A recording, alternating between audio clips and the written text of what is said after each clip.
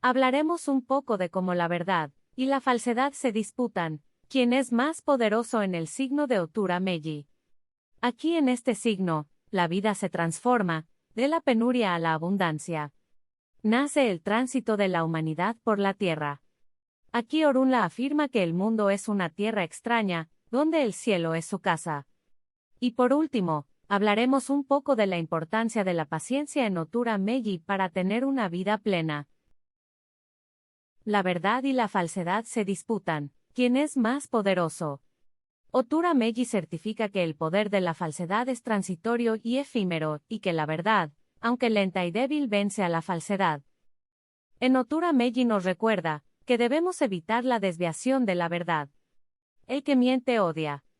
El acto de manipular la verdad en cualquier aspecto es condenado en este orden. El que miente hace el mal y es un acto de ignorancia.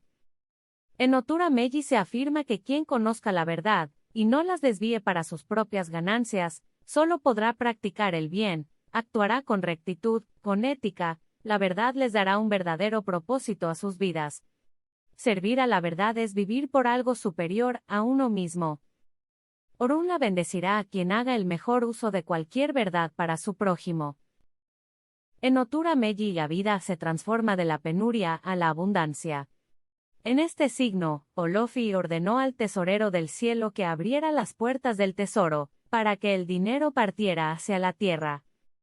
Los hijos de este camino logran riquezas y posición. Lo que hay que considerar es cómo usarás este momento de riqueza que te da Otura Meiji en tu corto tránsito por la tierra. Otura Meiji nos recuerda que el dinero también tiene un corto tránsito si no es bien administrado o bien invertido.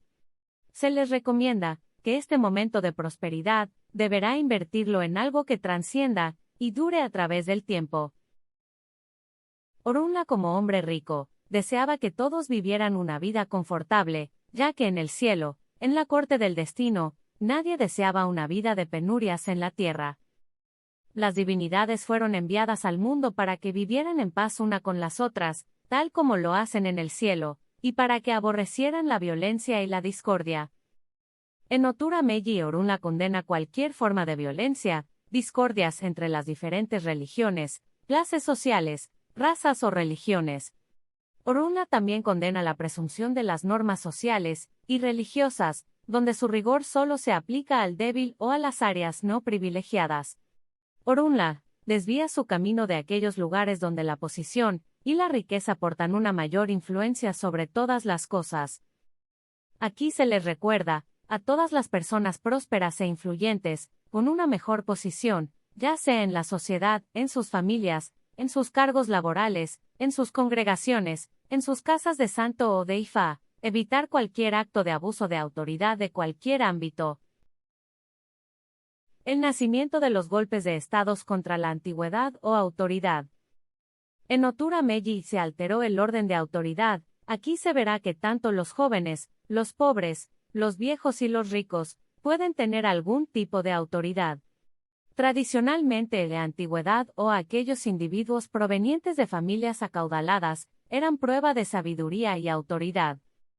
Aquí fue posible que una persona joven y pobre compartieran posiciones de autoridad junto con los mayores y ricos.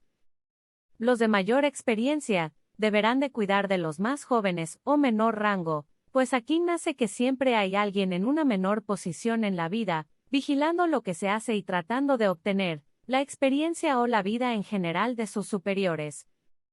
Se le aconseja que cuide la posición que tiene en la vida, ya sea laboral o matrimonial, como un ejemplo.